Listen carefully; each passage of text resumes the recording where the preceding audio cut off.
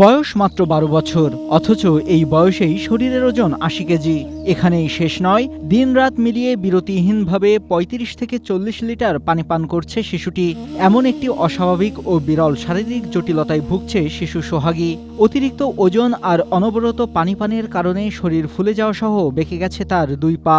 দিনে অন্তত না হলেও আধ মণ পানি খাই। সোহাগীর বয়স যখন মাত্র ১ বছর, তখন থেকেই তার পানি পানের প্রতি এক ধরনের অস্বাভাবিক টান দেখা যায়। মায়ের বুকের দুধ ছাড়ানোর পর থেকেই এই পানি পানের প্রবণতা আরও তীব্র আকার ধারণ করে। অতিরিক্ত পানি পানের প্রভাবেই ধীরে ধীরে তার পেট ফুলতে শুরু করে এবং পা দুটি বেঁকে যায়। বর্তমানে একটু হাঁটলেই সে মারাত্মকভাবে হাঁপিয়ে ওঠে। ভেজালের ভিড়ে খাঁটি ঘিয়ের নিশ্চয়তায় কাজ করছে খাস ফুড। তাই খাস ঘি হয়ে উঠুক আপনার পরিবারের সুস্বাস্থ্যের বিশ্বস্ত সঙ্গী। পানি গ্রামবাসীরা করতে পারবে, যখন পানি যে অবস্থায় দেয় সে অবস্থায় পানি খাই নিবে। হওয়ার ১ বছর পর থেকে এইরকম সমস্যা।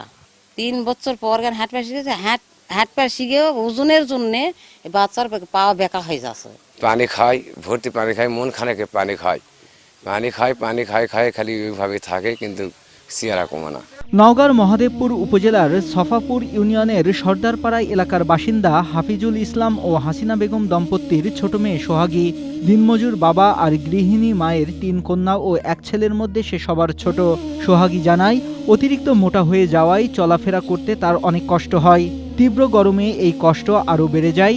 এমন শরীরের জন্য ঠিকমতো দৌড়াতে পারে না। সমবয়সীরা কেউ তাকে খেলায় নিতে চায় না, এমনকি স্কুলেও যেতে পারছে না। চলা পারি না, হাঁটা পারি না, কষ্ট হয়, ব্যথা কর, যন্ত্রণা কর, খেলতে না, মোটা ছোট না খেলতে না। প্রতিবেশীরা জানান, সোহাগী অন্য সবার মতোই স্বাভাবিক খাবার খায়, কিন্তু তার পানি পানের পরিমাণ অস্বাভাবিক ও অবিশ্বাস্য। দিন দিন তার শরীর আরও ফুলে যাচ্ছে। টাকার অভাবে দরিদ্র বাবা মা মেয়েটির উন্নত চিকিৎসা করাতে পারছে না দেখে স্থানীয়দেরও খারাপ লাগছে। সংসার টানি দিবে না ছেলের টানি পোতানে খরচ করবে। ওজনের কারণে পা দুটো বেশি বাঁকা হয়ে গেছে। অনেক কষ্ট হয়, মেয়েটা হাঁটতে পারে না, ঠিক রকম শুইতে পারে না, বসতে পারে না, একটু খেলাধুলার শখ হয়, স্কুলে যাওয়ার শখ হয়।